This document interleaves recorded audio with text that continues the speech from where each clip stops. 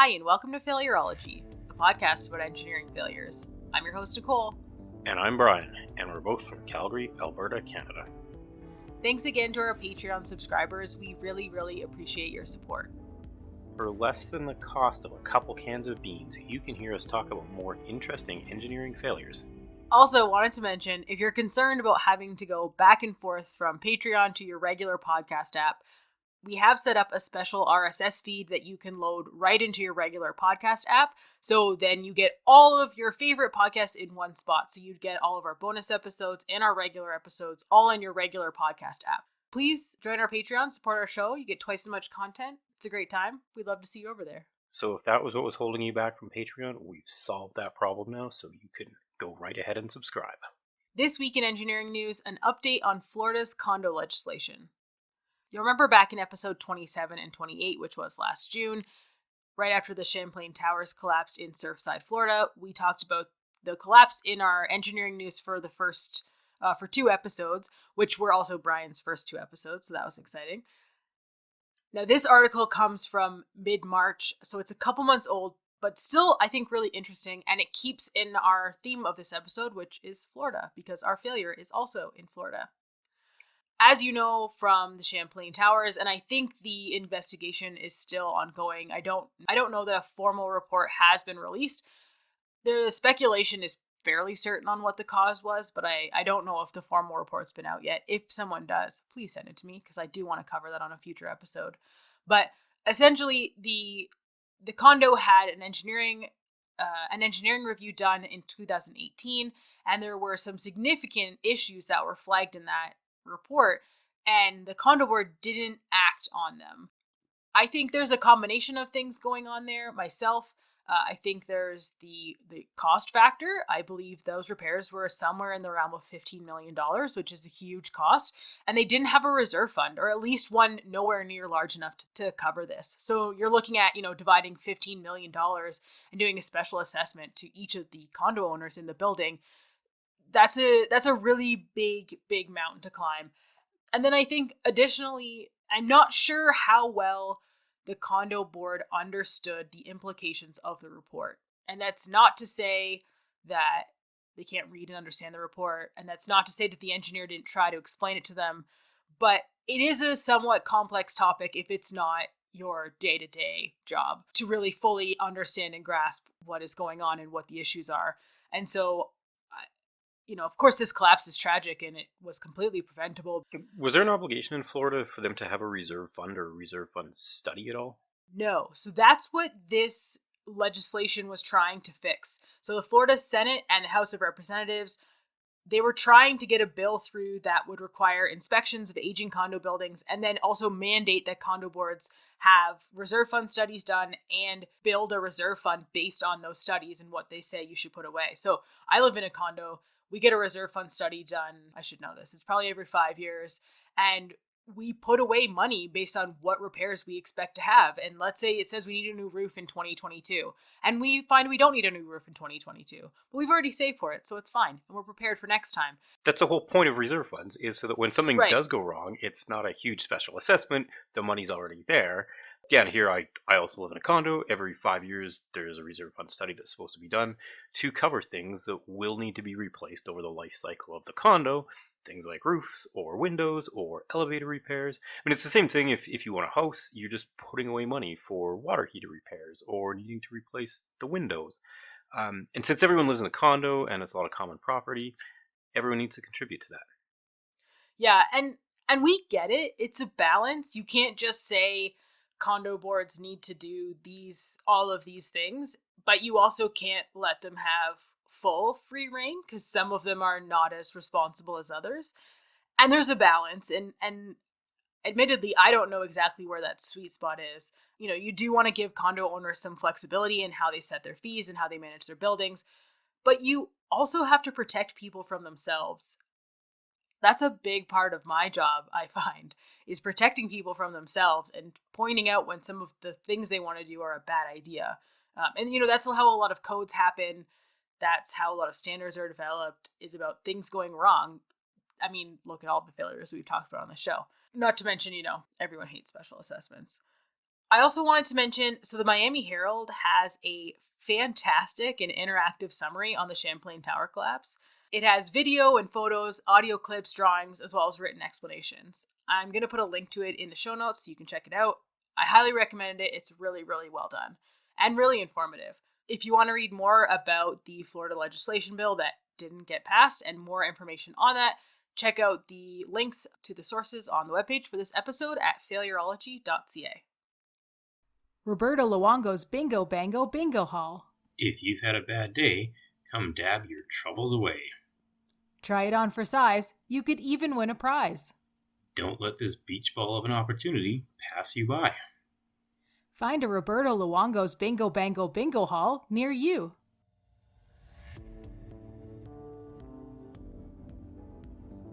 Now, on to this week's engineering failure, the Florida Pedestrian Bridge collapse. The bridge is located on a Florida University campus, and it's used to connect student housing neighborhoods in Sweetwater, Florida, to the campus in University Park in Miami, and across the Tamiami Trail and Tamiami Canal. So the intersection at this location was identified as a hazardous location. One student was actually killed here at this intersection a number of years before by a vehicle, so it was decided that they would build a pedestrian bridge to connect the university campus and student housing, which to me seems like a great idea, especially if you have a vehicular fatality.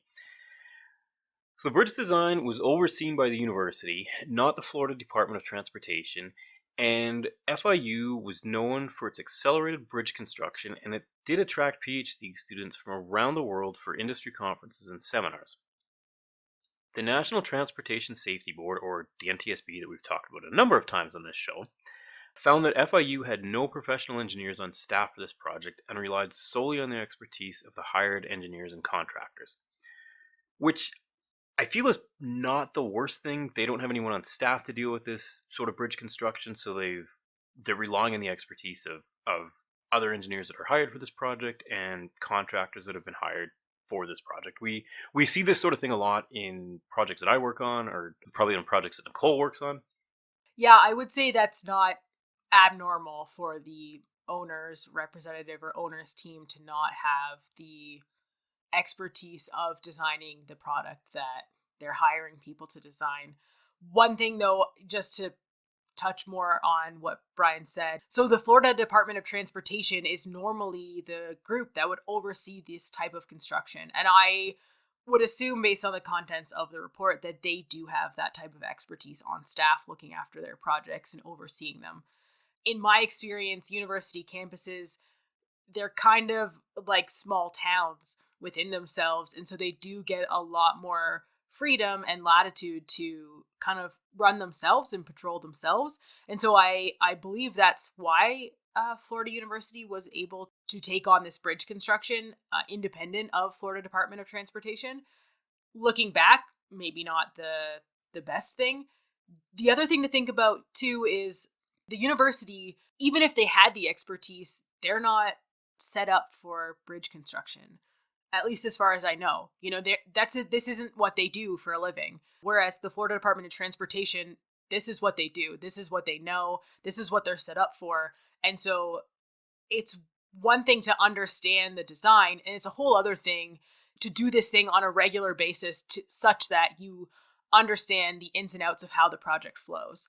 And I say that because I've seen project managers who have experience in other types of construction coming into, let's say, wood frame design, for example, which is its own beast, to be honest. If you're not familiar with that type of project in such a way that you can forecast and plan ahead for what problems may arise later, then you're going to run into problems. You don't see the problem until it's in front of you, and it's already too late at that point.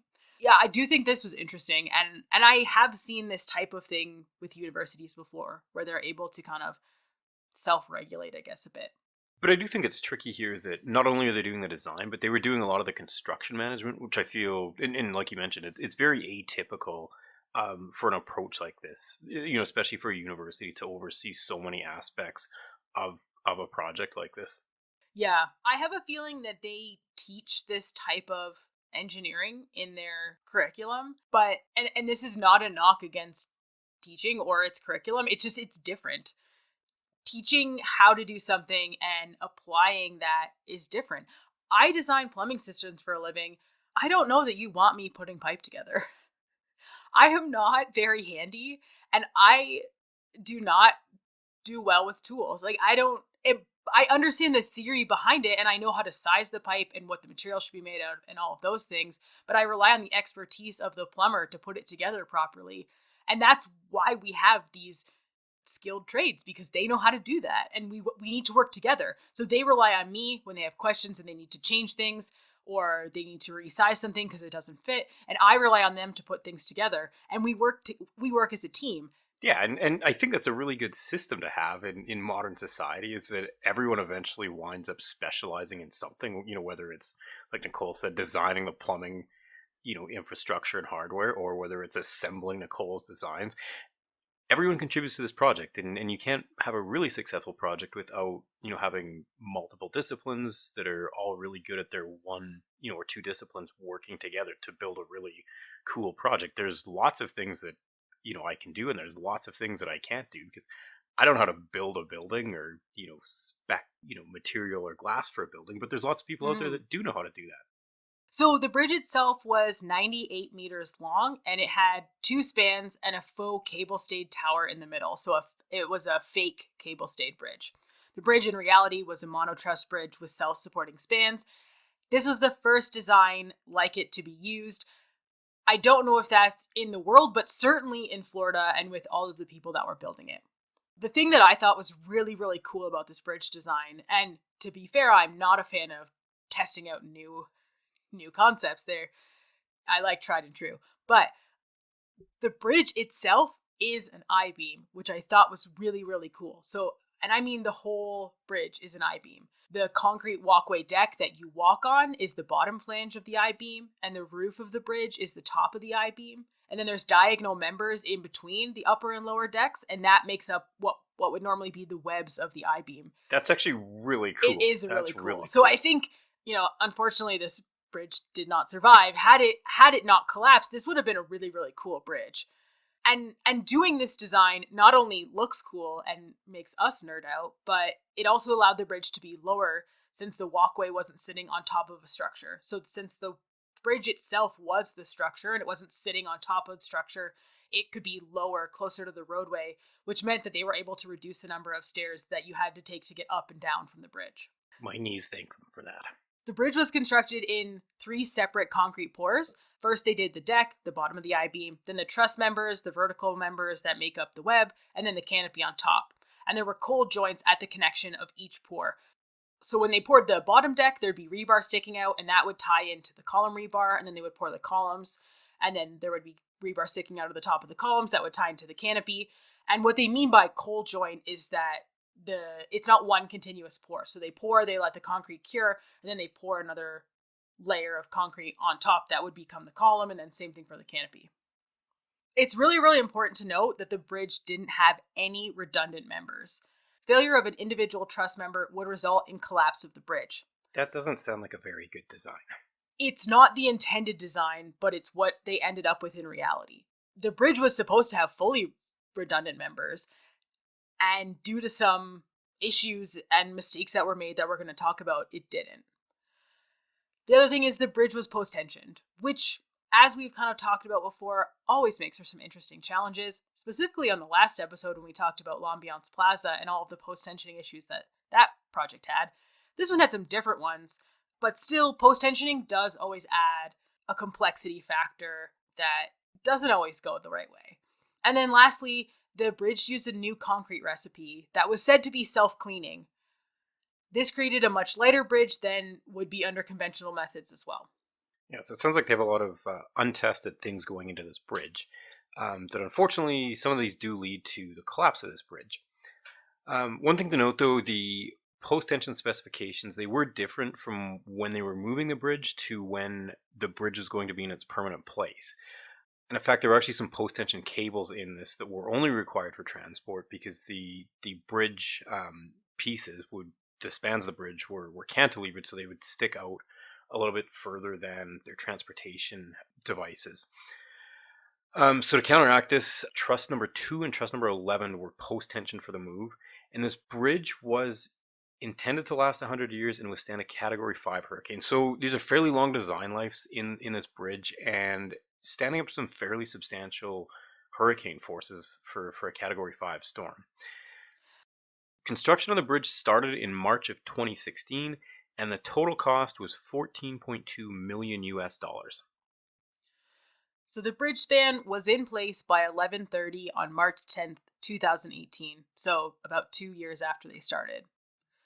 The walkway surface was poured concrete and hardened before the truss braces were poured above it. The truss members were connected to the deck by steel reinforcing rods embedded in the deck and in the concrete of the truss. Following inspection, the OK was given to release those temporary post-tension cables on trusses 2 and 11. So I'm going to pause here for a second.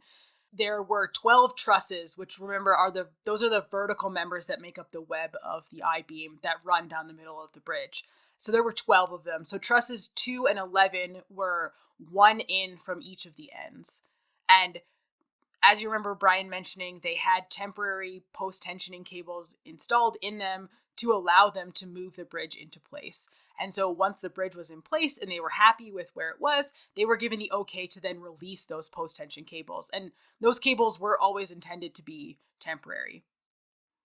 When they did this, when they released those cables, the bridge, quote unquote, cracked like hell. That's not a sound that you want to hear as soon as you take cables away from anything. No, it's not. The cracks were in the area where the walkway contacted the support pier, so where the walkways attached to the piers on either side of the span. And they weren't the only cracks in the bridge, but they were the most concerning. So this is March 10th. On March 13th, the engineer of record was notified of the cracks and began working on a remediation plan.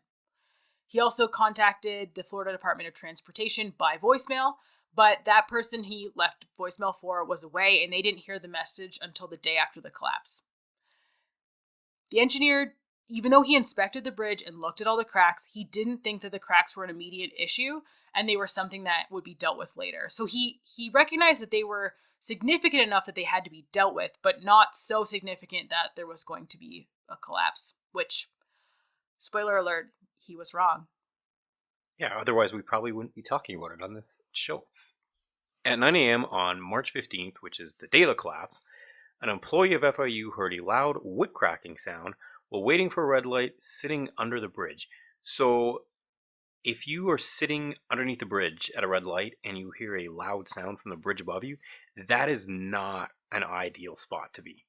No, and I'm not sure if we already mentioned it or if we're going to be mentioning it, but the bridge was over 6 lanes of traffic, I believe, 6 or 8, and the traffic was open, so people were free to drive under the bridge, and at a red light, they would just park under the bridge. A site meeting was scheduled to discuss the remediation plan for March the 15th at 9 a.m., and the engineer of record and another engineer, managers of the engineering firm, and the contractors were present, and they used the lift to closer inspect the cracking. The results of the engineering inspection were that the structural integrity of the bridge was not compromised and that there were no safety concerns. Boy, were they wrong on that one. They also didn't want to address the cracks until the post-tension was complete and the bridge was stabilized, and they also wanted to expedite the construction of the pylon at the north end of the span.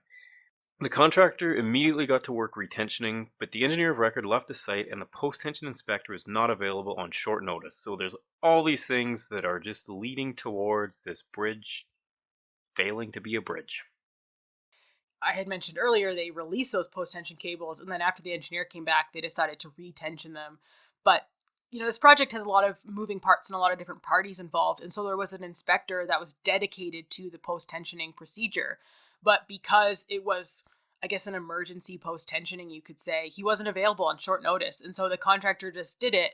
And I think the bridge failure was imminent at this point, but it was unfortunate that the inspector wasn't able to be there. And that's not to say that the contractor couldn't do it or didn't know what they were doing, but it's nice to have another set of eyes with someone who's an expert in that area. So still March 15th, the day of the collapse, the same day that the engineer and the teams inspected those cracks, at 1:47 p.m., the 53-meter section of the bridge collapsed, which was the longest section, and that occurred while trusses 2 and 11 were being retensioned. At the time of the collapse, 6 of the 8 lanes of traffic below the bridge were open. No requests had been submitted during bridge construction for a full road closure. School was on spring break, the canal span, access ramps, and the faux cable-stayed tower between the two spans had not been built yet. I do want to mention, getting road closures is not the easiest task. It's challenging and it's expensive. At least I understand it's expensive. But when you have this type of potential risk, and I realize that they didn't quite understand the risk that they did have, but when you have this type of risk, getting that road closed would have been easy. That you would have just said, this bridge is at risk of collapse, and you would have had it closed right, like within an hour at least, if not faster. So it's really unfortunate that they didn't do that. The collapsed section of the bridge weighed 860 metric tons. The collapse resulted in the death of 6 people, 1 worker, and 5 motorists who were parked under the bridge when it collapsed. There was also 10 injuries and 8 crushed vehicles underneath the collapsed section. The collapse ultimately initiated at the coal joint between truss members 11 and 12 and the deck of the span. So between the bottom of the deck, the I-beam, and the 2 vertical members 11 and 12, which were on the north end of the bridge. When the tendon let go, it sheared the rebar in an adjacent vertical member, and the collapse happened over a span of a few seconds. The unsuspecting driver sitting below had no idea what was coming and no opportunity to get out of the way. The National Transportation Safety Board, or the NTSB, initiated an investigation team almost immediately. So the U.S. Department of Labor also conducted an investigation. As a result of these investigations, the responsibility to identify safety issues was on the FIU design build team, and more specifically, the engineer of record. So at no point were there any concerns that were flagged during the design stage or the construction stage. In fact, the voicemail left on March the 13th, which was 2 days before the collapse, had it been heard, noted that there were some concerns that needed to be addressed, but nothing from a safety perspective. So as Brian mentioned, the National Transportation Safety Board did an investigation, and they had a number of findings. So they said the official probable cause was the load and capacity calculation errors made by the bridge engineers in the design of the main span truss members 11 and 12, and their connection to the bridge deck. Contributing to the collapse was the inadequate peer review, which failed to detect these calculation errors or the errors in redundancy. Further contributing was the failure to recognize the significance of the cracking and failure to obtain a peer review of the repairs to the cracks. And lastly, failure on the part of all involved parties to stop bridge work and close the street. They have more findings, but I do want to touch on a few of these things. So it was noted that there was a peer review on the original bridge design, but it wasn't done by someone who was a professional engineer. And then once the engineer recognized that the cracks were a problem and he said he wanted to remediate them, which is when he recommended the retensioning of those cables, that repair wasn't part of a peer review process. So they reviewed the original design, but then they didn't review that pretty significant change to the structure to address the cracks. That wasn't peer reviewed by anybody. That was just the engineer making a decision on his own. And then the last thing that I had mentioned, failure on part of all involved parties to stop bridge work. Yes, the engineer of record is at fault here, unfortunately for him, but there are a significant number of experts on this bridge construction project. Some of them engineers, some of them contractors, some of them from a variety of backgrounds, but they're all knowledgeable in bridge building, and it often falls back to the engineer to say, oh, it's their responsibility, it's their liability. But we all take part in these projects, and we all contribute to building these bridges or buildings or what have you. And it's not just the engineer's responsibility to stop unsafe work. It's all of our responsibility. And so I thought that was really interesting that the NTSB flagged that as one of their findings. They did have a number of other findings. The concrete and steel materials that were used in the construction were not a factor in the collapse. The hydraulic jack that they used to post tension truss 11 was operating as expected. The bridge design, as I had mentioned before, it was non-redundant. So if any member of the bridge failed, the bridge would collapse. But when the engineers designed it, they used poor judgment and they labeled the bridge a redundant structure and used a redundancy factor of 1. So they treated it like a redundant bridge, except it wasn't, and which left it more at risk than if they had called it non-redundant from the start. The bridge engineers also made significant design errors in determining the load and overestimated the effects of the clamping forces, resulting in a significant overestimation of capacity. So they essentially under-designed some of the members. The area near trusses 11 and 12 contained non-structural voids for the post-tension cable sleeves and a drain pipe, damn those plumbers, which further impacted the capacity in this area. So there was a chunk of essentially void space or non-structural space near trust members 11 and 12 that further weakened that area because they didn't have the strength had those sections been filled in. The rate of premature cracking should have alerted the engineers that there was a significant issue and that the bridge was heading towards failure. Hindsight's 2020, but I'd like to think that cracking should raise some pretty big red flags. It always does for me. Even though some cracks are acceptable and reasonable, I don't like to see them. Yeah, like looking at the pictures of the cracks on this bridge, these are not small cracks. They're fairly significant cracks. Yeah, they are. So we're going to put links to all of our sources, as always, are going to go on our website.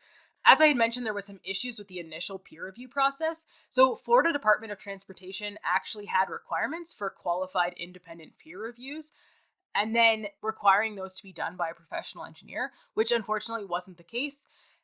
And then the repairs and retensioning of those members were not subject to the peer review, which I had mentioned. Again, the engineer is ultimately responsible and liable for the design of the bridge. But in a case like this, everybody involved is responsible to some degree. Prior to the collapse of this bridge, the rules in Florida had changed, which would allow pretty much anyone on this project to close the road if there was a safety concern. But no one did, because everyone just said, oh, it's the engineer's responsibility. He's going to decide. He takes all the risk, and so we're not going to take action. And I really think that was wrong. I think I don't want to give the engineer a pass. That's not what I'm doing here. But I think, there's some onus on everybody to have waved a white flag and closed the bridge. Yeah, and this is a time, it's not the 1950s or the 1920s where safety is kind of super far down the list, and there's only one person on site that can make a safety recommendation or point something out if there's something wrong. Like, this is in 2018, so it's very recent. It's very modern in terms of empowering workers on site to identify and correct safety issues that are there. So yeah, this is something that lots of people on site probably should have brought up and put a stop to it, or made efforts to have the road closed or brought it up to people that were responsible for something like that. There was a second report, as I mentioned. There was the U.S. Department of Labor investigation, and as a result of the labor investigation, they concluded that the engineer of record failed to recognize the potential for collapse and imminent danger when inspecting the bridge a few hours before, and the crack should have initiated a reshore plan immediately, and the collapse occurred while contractors were retensioning tendons at the direction of the engineer of record. These cracks occurred due to deficient structural design that Nicole had mentioned and we talked about a little bit before. The cracks were growing in size daily, and the engineer of record was notified of this, but since he couldn't replicate the minutes calculations and wasn't sure what was causing them, he didn't think they were a safety concern. But I mean, if you have cracks that are fairly significant in your bridge that are occurring as you construct a bridge, they probably are a safety concern. I've been here before. I do feel for him a little bit. The contractor comes and says, hey, I've got this problem, and he gives you all this information. You start going down the road of troubleshooting. You look at the design and you check some things and you ask more questions and you test some things and you ask more questions and, you go through that process. But sometimes you get to a point where you're like, I kind of don't really know what's going on here. And sometimes, usually that means we need to do some type of destructive testing, which basically means you cut out pipe and you take it apart and you look at the inside of it for the most part, if we're talking about a piping application. But I've definitely been here where I've been trying to troubleshoot a problem and I can't quite recreate it, and I'm struggling to figure out what exactly is going on. And, this is also happening over the span of 5 days at most. So the cracks are occurring, the engineer's notified, he goes to site, and then the bridge collapses. So yeah, his design was wrong. And yeah, he didn't have it peer reviewed. And he made a ton of mistakes along the way. But this collapse also kind of happened over a pretty short period of time. Yeah, it's certainly a tricky situation to be in, especially in that short time period, because there's time and money and project schedules and a whole host of factors involved in trying to make the right decision for, in this case, cracking or, other project issues that do come up. So yeah, he's in a pretty tricky spot here. I think the other thing, too, to mention is he's not local. So this bridge is in Miami, and he's in a different part of Florida. And he's not, he's still in Florida. He's a couple hours away, but he's not just down the street. I can be over there in 5 minutes. He's a little bit further away. So it does make it a little bit tricky for him to be on site and to communicate and to get information back from the contractor. Honestly, I've worked on lots of projects out of town, and until I go to site that first time and meet everybody face to face, I do find communication to be a bit challenging because everybody's just an email address. And so until you go to site and you meet someone in person, then you start to build that relationship where you can communicate a little bit better, or sometimes a lot better. And online meetings have definitely helped with that, but it's still interesting. I like to go to site earlier on in the project when they're out of town if I can, so just so I can meet everybody, because it makes the whole process way simpler. Yeah, and he's also at a disadvantage here being out of town for, kind of the visual inspection that he would do for, just kind of the walking around to look at stuff. He's relying on people on site that are there to take the right pictures from the right perspective or to describe things properly. Where if he was, like Nicole said, 5 minutes away or, fairly close to this project, he can pop over and he can look at whatever he wants and, he can interpret that with his own eyes instead of having to rely on somebody else to send him pictures or video or report or talk to him on the phone about what they're seeing on site. Yeah, and I do want to say we're not giving him a pass. We're not saying he's not responsible. We're just trying to shed some light on the bigger picture and all of the things that were going on. This collapse was still completely preventable. The people who died did not need to die. It was tragic. Shouldn't have happened. But I shouldn't say any buts because I'm not trying to make excuses, but it's just the engineer's just a person. He's a person, and no one is infallible. Additional points that the U.S. Department of Labor investigation brought up were that the independent construction engineer and the inspector failed to recognize the danger of the cracks and exercise their own independent professional judgment to sound the alarm. So we've talked about this a number of times already today, that lots of people on the project were able to recognize that there was a danger and alert the correct people that there needed to be something done about this. The contractor also deferred the decision on what to do about the cracks in the bridge to the engineer of record, rather than exercising their own professional judgment as well. And the evaluation of cracks and remediation work was not part of the original design, and therefore should have been subject to peer review. So there's a lot of things that are really working against this bridge collapsing, or I guess working in favor of this bridge collapsing. The peer review engineer didn't check the structural integrity of the bridge during different construction stages and only reviewed the structure in its final stage when all the segments would be installed and complete. So the truss that failed was a non-redundant member, which the engineer of record should have known. Failure of this truss or similar other trusses could have caused the bridge to collapse, which the engineer of record also should have known. These two factors further support the notion that the engineer should have closed the roadway and installed shoring under the bridge until it could be fixed. So 2 really good reports, 2 different lists of recommendations. The National Transportation Safety Board focused a lot more on the design and the construction process, and the U.S. Department of Labor focused a lot more on the people side of it, the procedures that were not done, the different steps that could have been taken to mitigate this risk, which I just think is interesting because they're both investigating the same thing, and they kind of came up with different lists of findings. So the National Transportation Safety Board also put a list of recommendations to the following groups.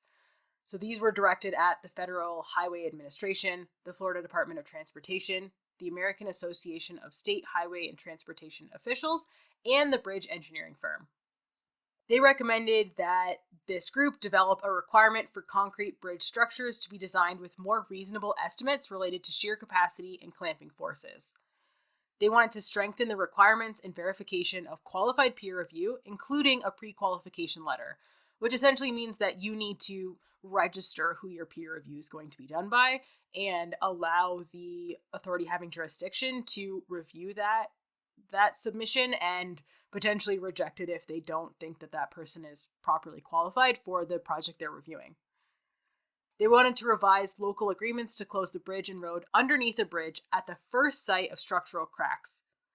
The Florida Department of Transportation personnel should monitor and inspect all bridge projects with an uncommon design, which is what we had here. And they wanted to add a section in the structural design guide on redundancy in uncommon bridge designs. So, I think, again, going back to the bridge engineer, he's trying some new concepts that he hasn't done before. And yes, he didn't do well, but it's also uncharted territory to an extent. And so I think the changes that were recommended, fingers crossed they all were implemented, are really, really good. And I think they're going to prevent this type of thing from happening again. Yeah, but I would think if this was the first time he tried some of these techniques, or it was an uncommon way to design a bridge, that there would be more oversight and more engineering scrutiny that would go into a lot of the design, just because it was untested or it was a new technique that they were using, or they would have used increased safety factors because there were so many unknowns in this design process. Yeah, that's how I would have approached it. I've not designed a bridge, but that's how I approach new things or things I've never done before, is I just put a ton of safety factor in, because if there's a problem, I'm the first person they call, and I don't want to get that phone call. So I make sure that the design is as stringent, as strong as it can be.